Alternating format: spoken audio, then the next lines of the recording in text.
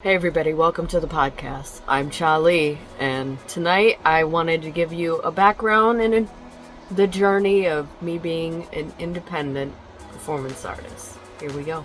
I've been studying acting all different ways and types for about maybe 10 years. It's been a long, long time. When I was growing up, I wanted to be a singer, and then as time went on, I discovered that you could be an actor. I thought that was just for the rich, you know.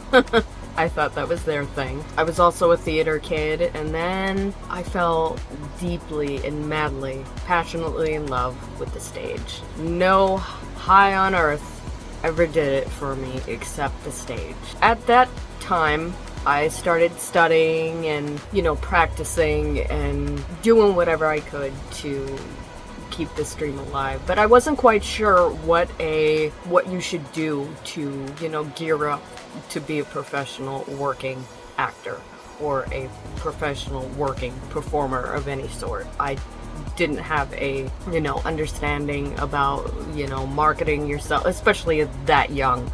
No one was teaching you anything except the craft and it was all about story and characters reaching into your system and grabbing emotions and being impactful and all that stuff. It was very that and nothing else.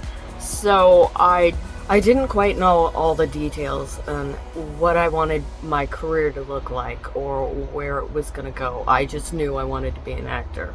So everybody just assumes whenever you say that you want to be a professional Hollywood actor.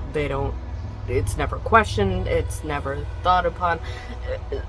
Some people even forget that there's the stage still, people are still theatrical actors. Now, this was also hard in another way because I didn't feel supported or encouraged by my parents.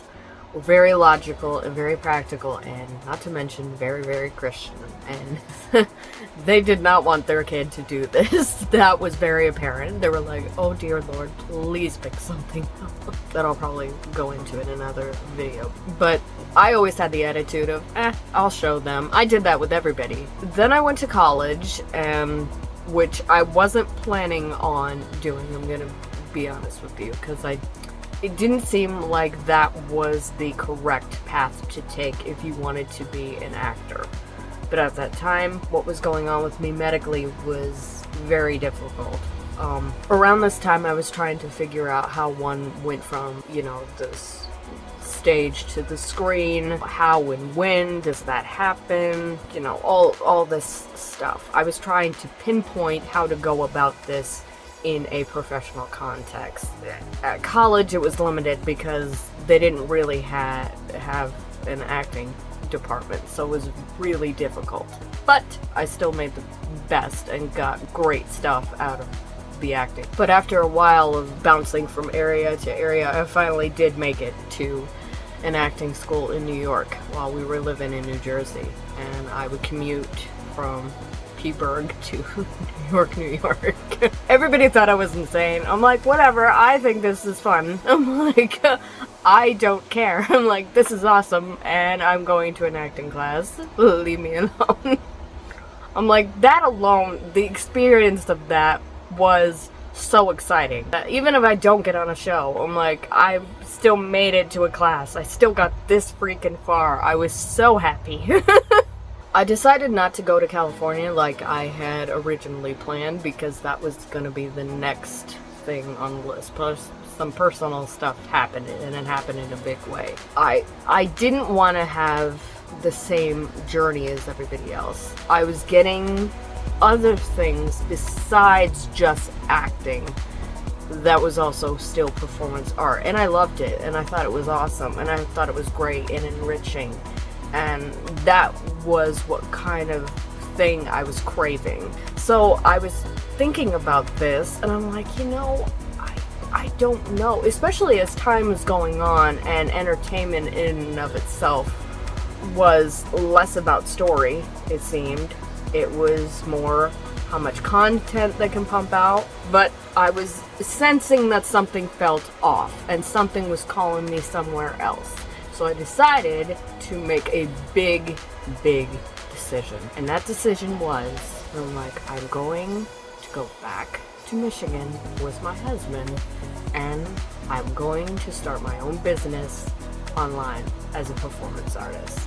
I also didn't want to be the type of artist where I was begging agents and managers for recognition. I wanted them to pine for me, not the other way around. I wanted to go to them and like, or they heard of me and like they saw my stuff and like, wow, this is really good. You know, that's what I wanted. But I never craved that was just an after effect of you being a very talented, very hardworking professional actor. And that's how I always looked at that. So trying to keep my dream alive with substantial obstacles that most don't, because both myself and my spouse are disabled adults.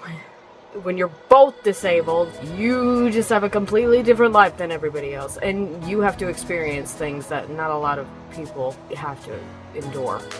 That was probably the other reason why I chose the path that I did. So I decided to finally take everyone's advice, produce my own stuff. I had so much resistance to it, it wasn't even cool.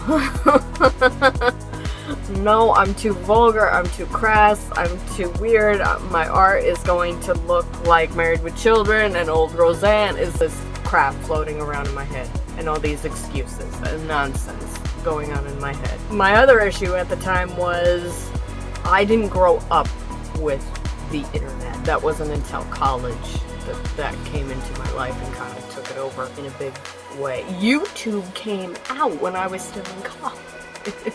You were still watching cat videos, so I'm like, how the hell am I gonna use this thing? And I didn't know how to edit. It was just a mess. I was so intimidated and so scared. All that said, I've always had a love and a passion for independent and cult entertainment. Deep down, I always knew that I was that type of artist. I was a true indie artist with an overactive imagination. And I want to thank you so much for watching. I want you all to like, share, subscribe, and make sure to comment for more indie and cult content. I believe in you. Knock 'em dead.